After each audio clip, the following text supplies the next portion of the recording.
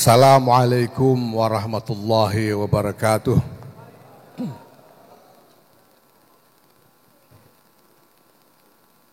Alhamdulillah wa syukurillah. Wassalatu wassalamu ala rasulillah Sayyidina Maulana Muhammadin ibn Abdullah wa ala alihi wa sahbihi mawala. Amma ba'd, yang saya hormati Direktur PT KAI Pak Zainul Hamdi, sengaja saya sebut duluan supaya tidak kecil hati. Lagi pula yang tadi disebut semua sebelum dia itu nggak jelas kekiaiannya juga gitu. Jadi saya hormati jajaran PBNU yang hadir, para ketua, Pak Ulafsar Abdullah, Pak Suaidi, Pak Rumadi, Pak Sekjen, Pak Najib Azka, para pengurus lembaga. Ini pada waktu acara ini direncanakan, ini Hasanuddin Ali memang masih ketua Lakpesdam. Tapi saya sudah menandatangani SK baru, ketua Lakpesdamnya sudah ganti sekarang. Ya, tapi jangan berkecil hati, Hasanuddin ini nanti akan saya promosikan untuk masuk pengurus harian, insya Allah. Menjadi seperti Bappenas.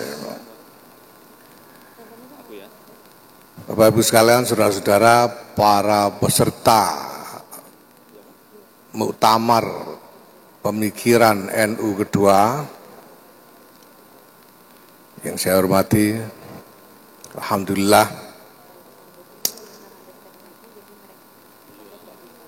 saya disuruh pidato di sini ini sebetulnya dalam posisi dilematis saya. Karena pertama, karena ini adalah acara yang diinisiasi secara resmi oleh organ PBNU yaitu Lakpesdam. Apalagi panitianya Pak Ulil ini sepupu saya. Jadi bagian dari dinasti saya di PBNU ini.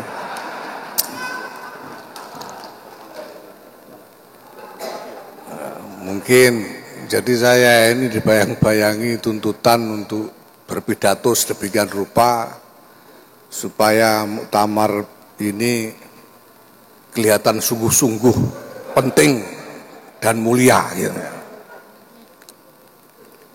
Tapi di pihak lain saya juga tentu saja dituntut untuk menjaga integritas intelektual saya sendiri sebagai pemikir gitu ya. Karena jelek-jelek begini saya ini juga pemikir. Nah karena itu ya saya akan mulai dengan gojloki panitia aja dulu. Tadi diakui oleh Pak Ulil bahwa ini diadakan secara mendadak.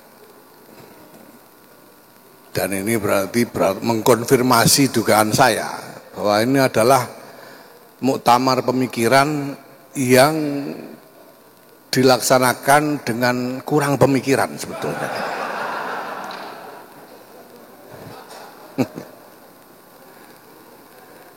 Karena pertama soal timing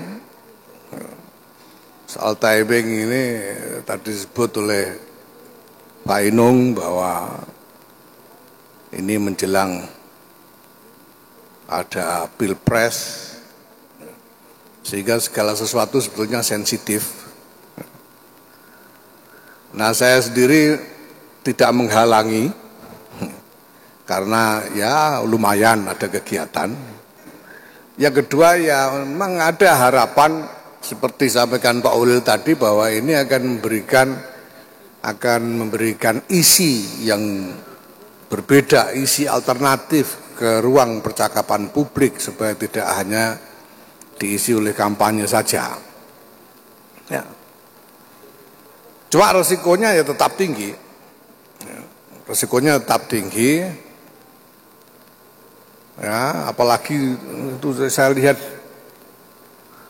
ada pembicaranya Syafiq Ali segala macam. Itu kan itu tim pemenangan itu. Ya, bahaya itu. Harus saya tegaskan di sini, Syafiq Ali ini sekarang sedang dicutikan secara paksa dari PBNU, sehingga apapun yang dia katakan sama sekali tidak mewakili PBNU. Dan saya akan awasi dengan seksama. Ya, kalau ada artikulasi-artikulasi dari kegiatan ini yang dengan cara apapun bisa ditafsirkan menguntungkan atau merugikan salah satu kompetitor, ini harus diselidiki. Ini lihat aja, ini bias Syafiq Ali ada di situ, itu harus dijaga ya.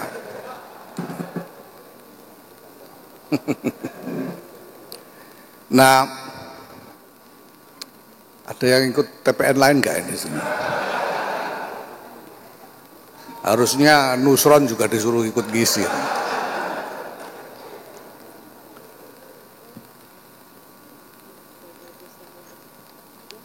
Nah, kemudian saya melihat bahwa ini dari desain yang dikirim ke saya oleh teman-teman panitia ini. Saya melihat ada soal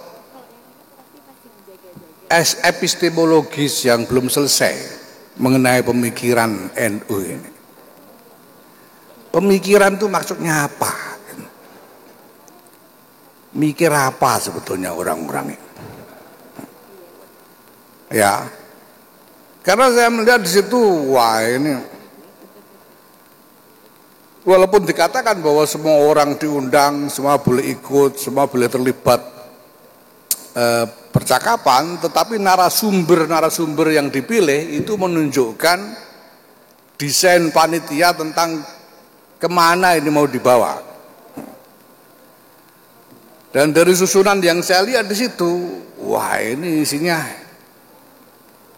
saya khawatir ini cuma jadi forum rame-ramenya kelas baru di NU ini, yaitu kelas akademia.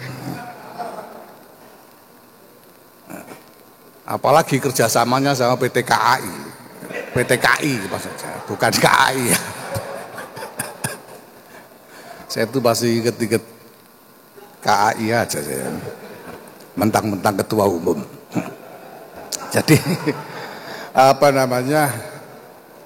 Ini saya lihat di situ isinya sebagian seluruhnya adalah teman-teman dari kalangan akademia. Yang ini memang kelas baru di NU ini, ya, dan mungkin sekarang ini masih baru seneng-senengnya jadi akademisi. Sehingga misalnya saya tidak melihat narasumber dari kalangan kiai-kiai pesantren, orang-orang sepenting Kiai Afifuddin Muhajir misalnya, sepenting Gus Baha misalnya, atau Gus Ekdam, ya.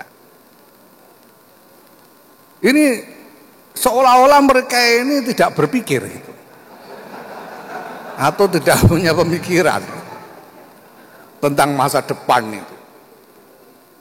Ya. Ada satu yang jelas secara eksplisit disebut kiai di dalam daftar narasumber, itu saja kiai yang paling tidak jelas seluruh dunia, Kiai Jadul Maulani. Kiai apa ini? Ya. Maka saya kira ini nanti perlu dibantai ini urusan ini ya. Ini pemikiran ini epistemologinya gimana gitu. Ya, karena pemikiran itu bukan cuma hak dari kaum akademia,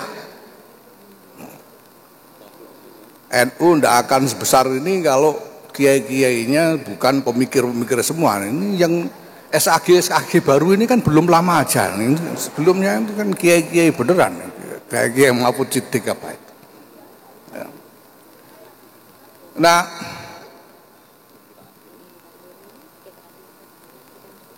Bapak Ibu sekalian yang saya hormati, saudara-saudara, tapi lepas dari semua itu kita ini memang sedang menghadapi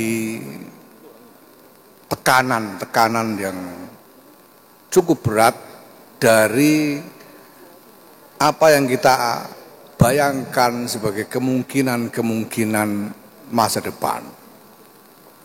The future is pressing and becoming even more and more pressing.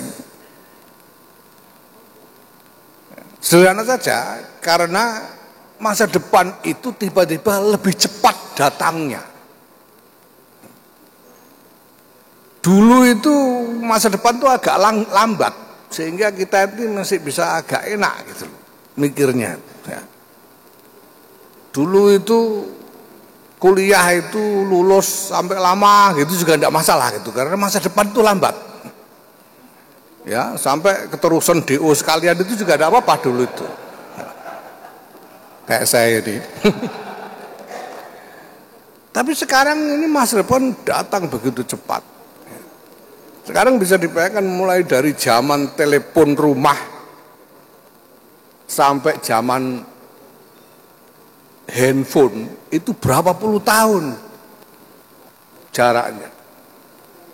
Dan sekarang tiba-tiba kita dalam beberapa bulan kita harus diterpa dengan teknologi-teknologi terbaru. Perubahan-perubahan terjadi begitu cepat, sehingga masa depan itu memang menjadi terasa lebih menekan sekarang. Nah, sehingga mungkin ada gunanya kita perbincangkan tentang masa depan ini. Ya, yang penting diobrolkanlah gitu. Soal hasilnya bagaimana itu nanti. Saya selalu bilang sejak awal kita tidak perlu takut kepada ketidaksempurnaan. Yang penting jadi dulu.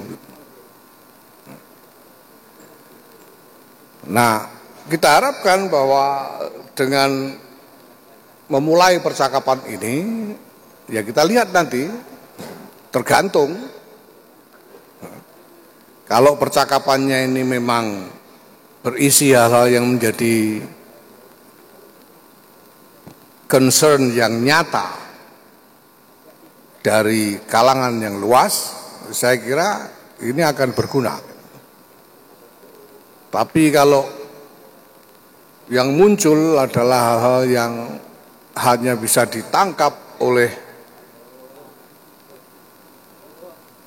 kalangan-kalangan terbatas saja, apalagi kalau sampai ada bias safik tadi itu, ya ini tentu menjadi masalah. Ya, tapi saya bersedia menunggu untuk melihat hasilnya. Nah, kalau kita berpikir tentang masa depan, sebetulnya ada satu realitas yang sederhana tapi sangat penting, sangat menentukan, bahwa ke depan itu ketika kita memikirkan segala hal, kita berhadapan dengan skala dari unit-unit yang menjadi konsideran pemikiran yang masuk dalam hitungan variabel-variabel itu dalam ukuran yang besar sekali. Besar sekali. Kalau dulu generasi ayah kakek kita ya tahun 50-an ketika berpikir tentang Indonesia, mereka mungkin hanya memikirkan sekitar ya antara 70-an juta orang penduduk Indonesia waktu itu. Ya. Apalagi memikirkan NU yang cuma 18%, itu berarti cuma sekitar 15-an juta. Hari ini tiba-tiba kita punya 285 juta penduduk Indonesia. Oma Irama aja sudah susah dinyanyikan lagunya itu. Dulu itu tahun berapa tuh 150 juta itu. Ya, itu kalau dinyanyikan hari ini notnya bisa nggak cocok itu. 205 repot. Ya, 285 juta. Dan orang NU itu sudah yang mengaku NU, saya tidak tahu datanya Hasan ini. Datanya Denny JA menyatakan 56,9% dari penduduk Indonesia mengaku NU. Datamu berapa, Hasan? 59,6 karena yang survei orang NU, jadi angkanya lebih optimis. Itu 56,9 itu saja itu sudah 160-an juta. Jadi skala satuan pertimbangan itu jadi besar sekali. Nah, mau tidak mau ya, ini berpengaruh kepada cara kita berpikir tentang fenomena-fenomena masyarakat yang terjadi. Pertama, saya kira yang jelas dari konsekuensi ini adalah bahwa angka-angka itu menjadi sentral dalam berbagai macam pertimbangan karena skalanya besar sekali, sehingga orang tidak punya pilihan selain membuat pertimbangan berdasarkan angka-angka statistik. 56,9%, 59,2% dan seterusnya. Nah, ini ada masalah. Karena orang kemudian terbiasa membuat pertimbangan berdasarkan angka-angka. Seringkali dan sekarang ini sudah terasa. Orang lupa bahwa angka-angka itu ada jumlah manusia-manusia. Manusia-manusia disederhanakan ke dalam angka. Nah, maka di sini ada, kalau boleh disebut, ancaman yang serius sekali, yaitu kecenderungan dehumanisasi di dalam pergulatan, termasuk pergulatan pemikiran, apalagi pergulatan kebijakan-kebijakan.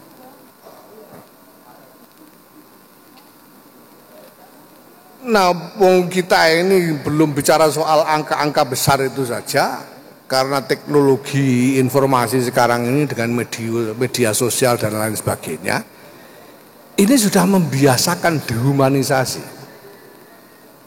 Dulu saya itu agak aktif, sekarang karena ketua umum saya menarik diri dari media sosial. Supaya ya saya punya cara berpikir yang berbeda dengan Donald Trump lah gitu. Saya perhatikan di dalam percakapan-percakapan di media-media sosial, di platform-platform media sosial itu sendiri ada kecenderungan dehumanisasi. Orang tidak lagi dilihat sebagai manusia yang sama-sama punya darah daging, yang sama-sama hidup dikelilingi orang-orang yang disayangi, tapi hanya dilihat sebagai akun yang lalu tidak terlalu diperdulikan bagaimana perasaannya, bagaimana akibat-akibat yang diterima ketika diperlakukan dengan cara-cara yang tidak semestinya. Misalnya ada dehumanisasi. Dan sekarang ini kita lihat jelas, misalnya dalam contoh konflik Israel-Palestina ini. Yang kita lihat adalah orang-orang yang marah atas nama satu pihak terhadap pihak lainnya. Yang pro Palestina jelas marah kepada Israel, yang pro Israel jelas marah kepada Palestina, dan mereka yang bertanggung jawab untuk membuat kebijakan pun, apalagi kepada manusia, kepada angka saja tidak peduli.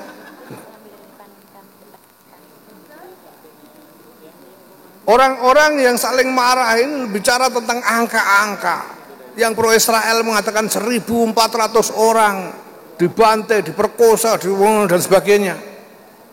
Yang pro Palestina mengatakan lebih 11.000, 12.000 dibantai dan seterusnya. Angka. Orang lupa bahwa ini juga manusia itu. Yang 1.400 orang Yahudi Israel itu juga manusia. Yang 12.000 orang Arab Palestina itu masing-masing juga manusia yang berdarah daging, yang merasakan sakit, yang hidup di tengah-tengah orang-orang yang disayangi. Jadi ada kecenderungan dehumanisasi yang ini sebetulnya harus kita pikirkan secara mendalam. Ya.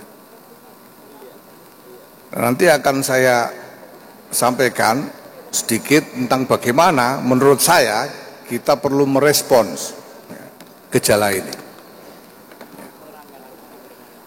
Nah, Bapak Ibu Saudara sekalian, ini pidato saya ini diberi judul orasi kebudayaan. Nah, kebudayaan itu mengandekan satu set realitas yang kurang lebih mapan atau ingin dimapankan, yang mapan atau ingin dimapankan. Ya. Ini juga jadi kepikiran saya ini, jangan-jangan saya ini kalah dari Leak tadi itu, dari sosiawan lewat dari soal berkebudayaan ini, karena sosiawan lewat ini mapan sekali. Sarungnya itu sejak Februari 2022 nggak ganti sampai sekarang itu, jadi sangat berbudaya dia. Dan kemudian Pak Ulil tadi menyebut kita membayangkan masyarakat yang ideal di masa depan. Nah, saya ingin menyampaikan satu hal yang menurut saya harus kita sadari juga saat ini, bahwa di samping skala dari satuan variabel itu menjadi besar sekali, ya, faktor-faktor yang terlibat di dalam dinamika itu juga menjadi sangat kompleks, luar biasa kompleks. Belum dihitung spektrum dari diskrepansi antara satu segmen dengan segmen yang lain di dalam masyarakat. Kompleks sekali. Maka menurut saya ini semuanya mengakibatkan kemustahilan ideologi. Kalau kita ingin membayangkan, mengaspirasikan satu kebudayaan, satu arah menuju kebudayaan masa depan, atau berpikir tentang masa depan yang ideal, itu menurut saya ideologi. Karena ideologi itu selalu mengasumsikan, pertama, klaim atas tafsir tunggal terhadap realitas. Kalau ada realitas begini, tafsirnya harus begini. Itu ideologi. Yang kedua, pretensi untuk membentuk masyarakat sesuai dengan citra yang diinginkan dan dirumuskan oleh ideologi itu sendiri. Di mana-mana ideologi seperti itu. Komunisme, Islamisme, apapun itu. Menurut saya sekarang ini sudah mustahil. Bagaimana mungkin kita membuat anak tunggal dari realitas yang sedemikian kompleks? Dan bagaimana mungkin kita berpretensi untuk bisa mengatur realitas yang kompleks ini ke dalam konstruksi yang kita inginkan? Itu sulit sekali. Menurut saya mustahil. Ya. Maka saya kira paling jauh yang bisa kita pikirkan adalah prinsip-prinsip. Kapan hari saya bicara di UGM, bicara bahwa sekarang Pancasila misalnya kita tidak bisa lagi berpretensi untuk menjadikan Pancasila itu sebagai ideologi. Karena kemustahilan tadi. Lalu kita jadikan apa? Kita jadikan kembali sebagai prinsip-prinsip.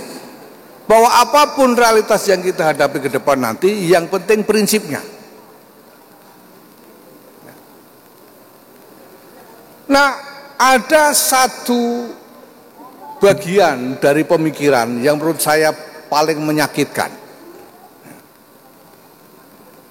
yaitu pemikiran untuk membuat keputusan tentang pilihan. Ini menyakitkan. Ya, ini kan semua orang cenderung sakit setiap mau pemilu ini, setiap mau pilpres ini. Karena membuat pilihan itu menyakitkan. Apalagi kalau kita bertanggung jawab atas katakanlah konstituensi yang luas seperti Nahdlatul Ulama ini. Apalagi negara bangsa.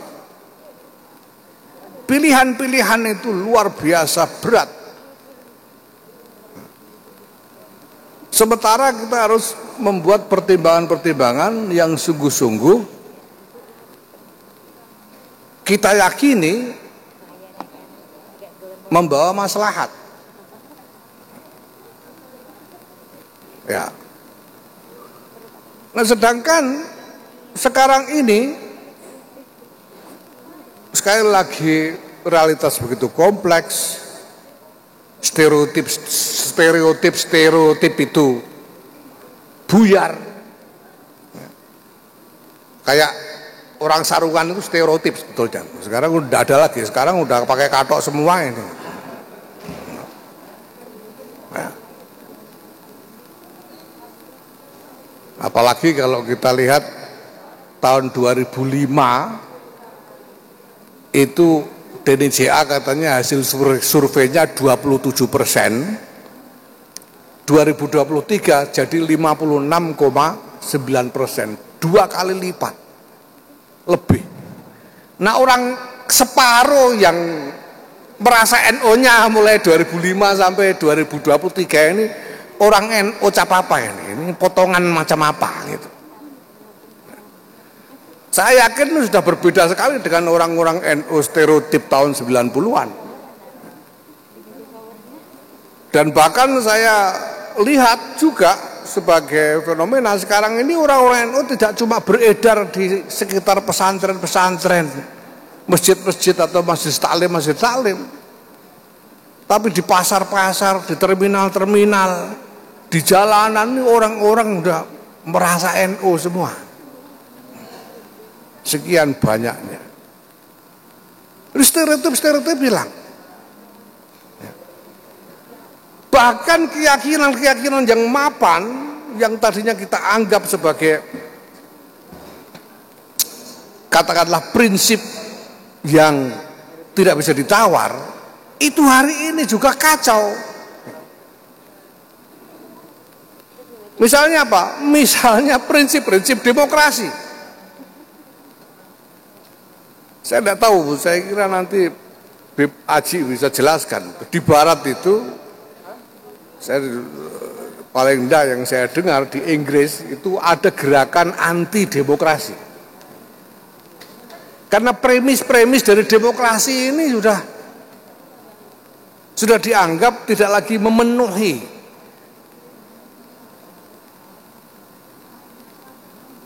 aspirasi yang asli dari masyarakat.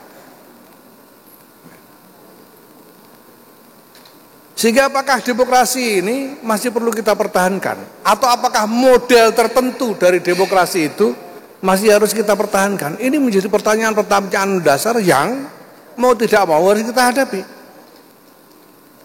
Kenapa demikian? Karena di antara akibat dari skala pertimbangan yang luas itu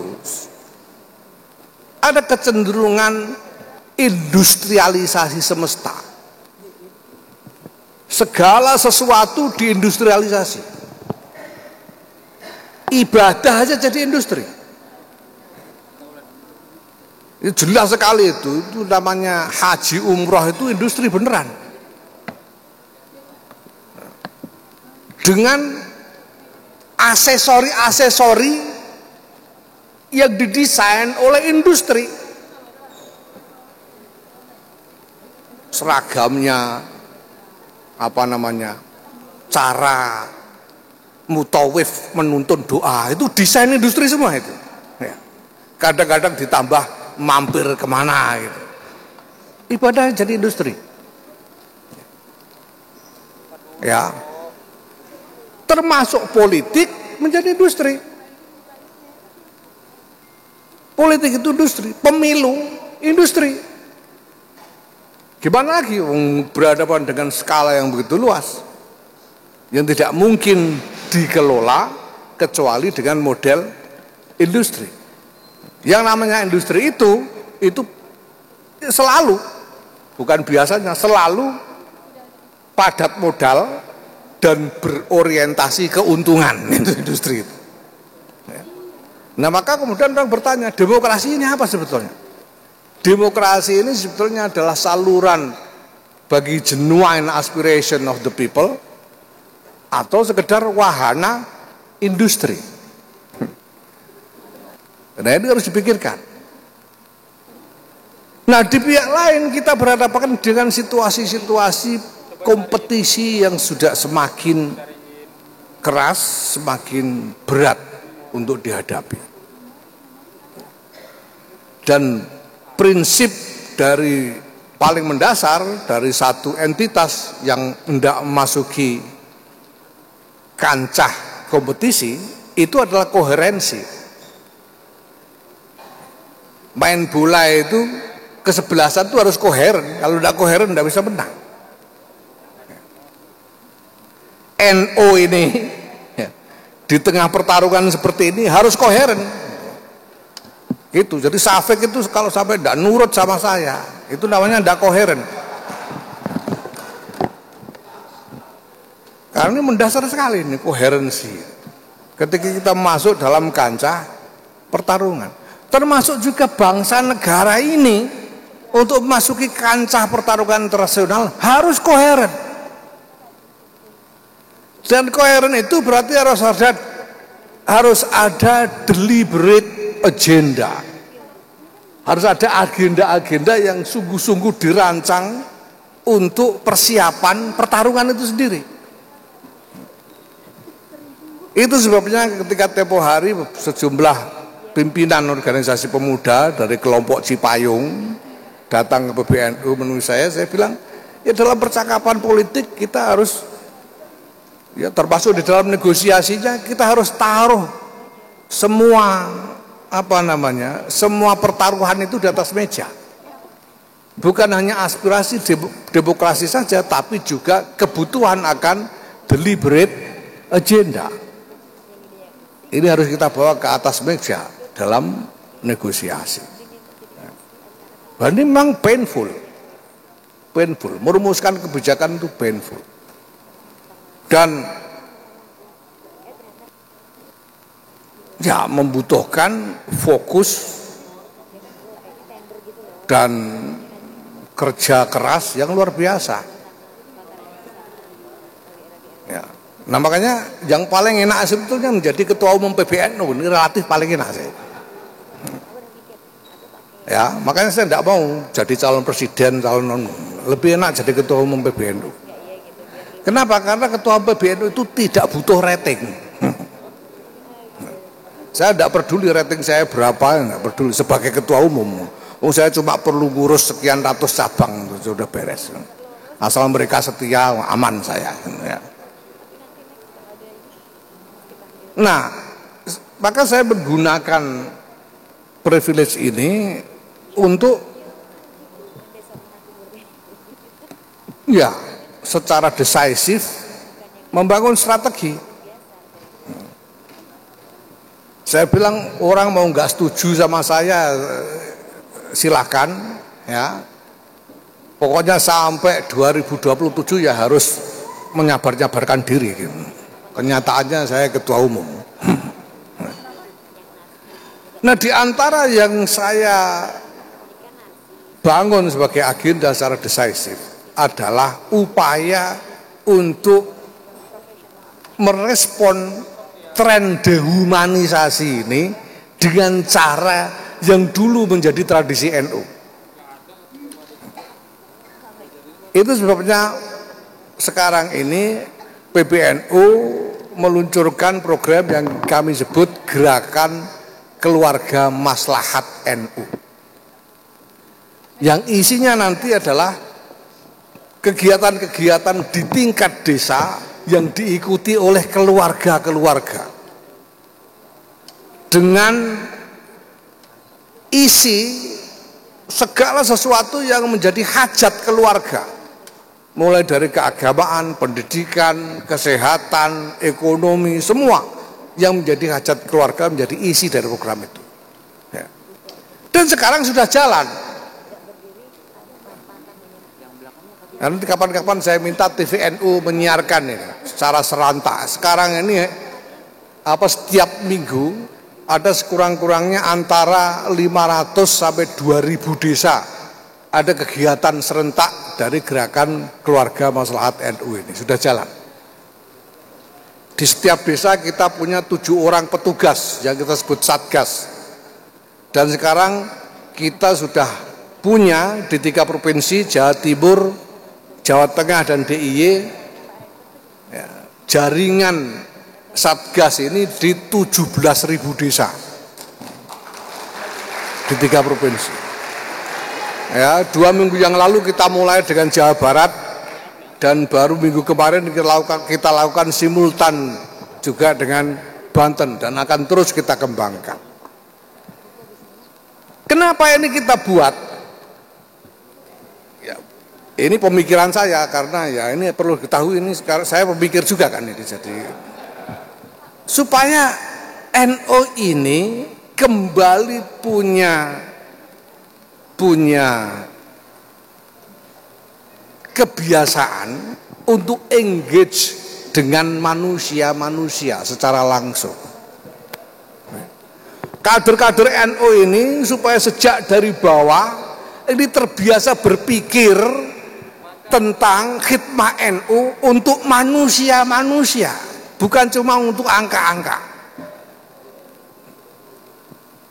Dan ini fundamental sekali menurut saya. Maka saya tidak peduli saya dengan cara apapun, saya ingin ini segera menjadi kemapanan di dalam model aktivisme NU. Saya punya waktu kira-kira 2 tahun lagi, pokoknya saya paksa ini 2-3 tahun lagi ini harus menjadi model yang mapan. Karena ini penting sekali. Ya. Karena harus ada yang mengambil tanggung jawab atas genuine aspiration dari masyarakat ini. Dan tidak mungkin menangkap genuine aspiration itu kecuali menginternalisasi mindset dan mentalitas untuk melihat masyarakat sebagai manusia-manusia. Nah, ada banyak hal lagi yang kita bangun, ya, termasuk bagaimana Nahdlatul Ulama ini mempunyai kapasitas yang membuatnya sebagai organisasi tidak hanya terima menjadi pasar industri saja, industri apapun itu, termasuk industri politik, tapi harus punya kapasitas untuk menjadi pemain strategis di dalamnya. Nah, ini hal-hal yang demikian ini sangat penting untuk masa depan kita bersama. Ya. Dan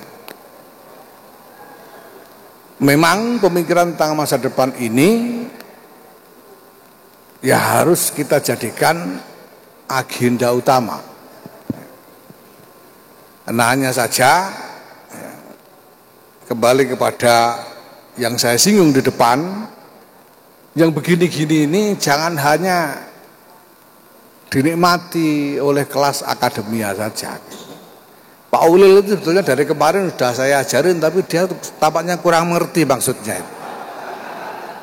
Dia ini saya suruh bikin halakoh, saya suruh mengelola halakoh di 250 titik dalam waktu 3 bulan. Ya. Itu maksudnya apa? Maksudnya supaya terlibat semua. Semakin banyak kiai-kiai di semua tingkatan terlibat dengan isu yang kita pikirkan. Nah, cuma salahnya Pak Ulil itu disuruh mengelola kok dihubungi dewe, itu salahnya. Dia malah keliling sendiri. Akhirnya dia tidak bisa melihat gambar besarnya. Nah, yang begini-begini ini saya minta untuk dibawa juga sampai ke tingkat yang paling bawah di dalam hierarki kepemimpinan NU ini, ya, dan ke kalangan yang seluas-luasnya. Karena ini satu hal isu yang sangat strategis. Ya, nanti silakan diperdebatkan apakah masih mungkin kita membayangkan masyarakat ideal. Silakan dipertimbangkan. Ya, walaupun saya ingin ingatkan, ada kekhawatiran kalau sampean berpikir tentang masyarakat ideal, nanti jangan-jangan ujungnya jadi kayak ISIS sampean itu gitu. Jadi bayangkan negara ideal menurut Islam. Ya. Nah, ini saya kira Bapak sekalian, saudara-saudara, ya semoga ini bermanfaat. Ya, apapun itu, ya. Dan semoga kalau ada bias-bias diabaikan. Dan marilah kita buka bersama-sama dengan baca Ummul Kitab. Kita hadiahkan hadirat Rasulullah Muhammad SAW, para masyayikh kita, dengan niat wasilah semoga maksud-maksud baik dari ikhtiar-ikhtiar kita ini sungguh bisa terwujud, ya, sesuai harapan kita. Ila hadrin Nabi Mustafa Sayyidina Maulana Muhammadin sallallahu alaihi wasallam, ila hadrati arwahi masyayikhina khususan hadrat arwahi ma'asisin hadratul ulama wa ala niyatil qabul niyatil wusul qabul ijabati kulli sul syai'un lillah. Al-Fatihah. Bismillahirrahmanirrahim. Alhamdulillah. Iyyaka na'budu wa iyyaka nasta'in. Ihdinas siratal mustaqim. Siratal Allahul muwaffiq ila aqwamit thariq. Wassalamualaikum warahmatullahi wabarakatuh.